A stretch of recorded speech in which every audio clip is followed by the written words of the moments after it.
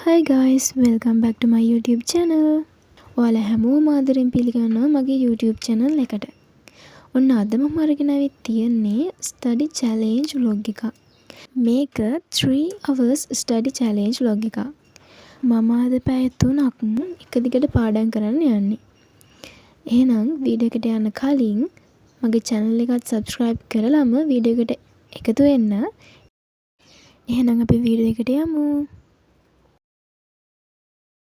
ඔන්න ඉතින් හැමදාම වගේ මම පාඩම් කරන්න පටන් ගන්න කලින් මේ විදිහට මගේ to do list එක හදාගත්තා. දැන් අපි පාඩම් කරන්න යමු.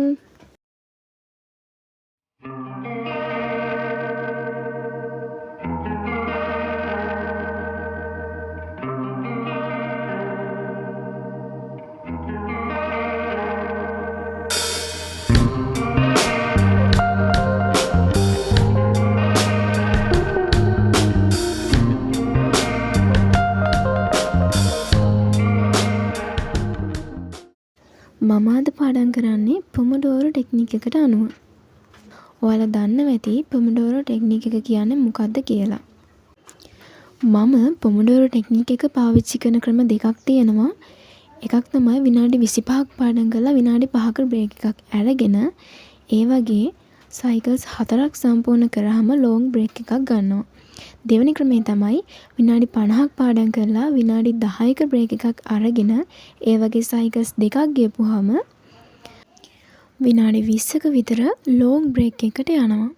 ඔය විදිහට තමයි පොමොඩෝරෝ ටෙක්නික් එක පාවිච්චි කරන්නේ අපේ ස්ටඩි වැඩවලට.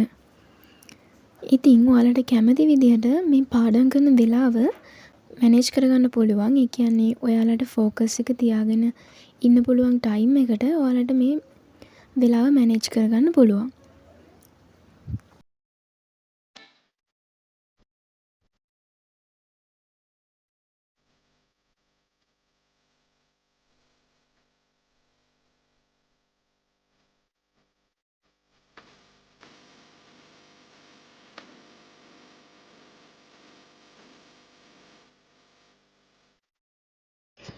ඔන්න මම මගේ ෆස්ට් ස්ටඩි සෙෂන් එක ඉවර වෙලා විනාඩි 5ක විතර බ්‍රේක් එකක් ගත්තා.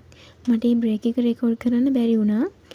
එහෙනම් දැන් අපි අපේ සෙකන්ඩ් ස්ටඩි සෙෂන් එකට යමු.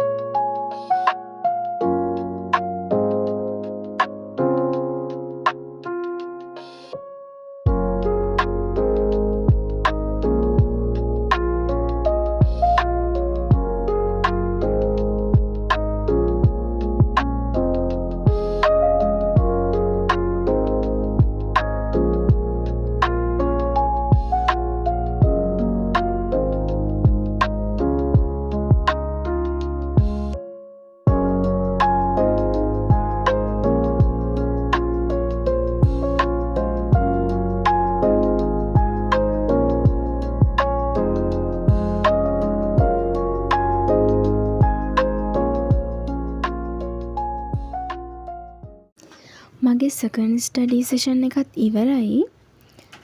සෙකන්ඩ් ස්ටඩි සෙෂන් එකත් ඉවර වෙලා මම විනාඩි 5ක බ්‍රේක් එකක් ගත්තා. ඉතින් ඔය තියන්නේ මම සයන්ස් වලට හදපු chart එකක්. ඉතින් අපි සයන්ස් වගේ විෂයක් පාඩම් කරනකොට බයෝ වගේ කොටසකදී ගොඩක් වෙලාවට අපිට තියෙන පාඩම් කරන්නනේ. ගොඩක් වෙලාවට අපිට කරුණු පාඩම් කරන්න තමයි තියෙන්නේ බයෝ වගේ.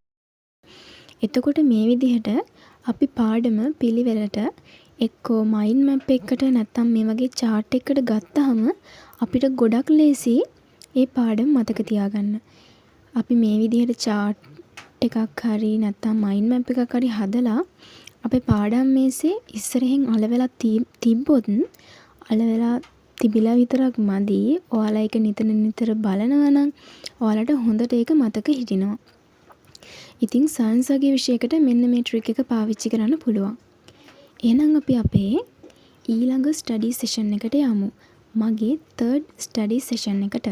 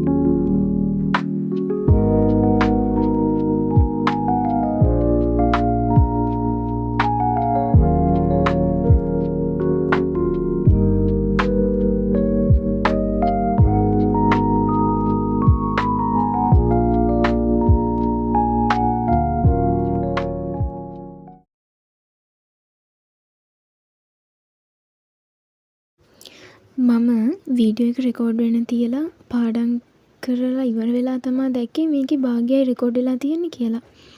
ඉතින් රෙකෝඩ් වෙලා තියෙන්නේ මෙච්චරයි. එහෙනම් අදට මම මේ vlog එක මෙතනින් ඉවර කරනවා. තවත් අලුත් වීඩියෝ එකකින් එනකම් ඔයාලා හැමෝම පරිස්සමට ඉන්න. ඒ වගේම මගේ channel එක subscribe කරන්න. මේ වීඩියෝ එකට කැමති නම් like එකක් comment එකක් දාගෙන යන්න. එහෙනම් ගිහින් එන්නම්. Thanks for watching guys.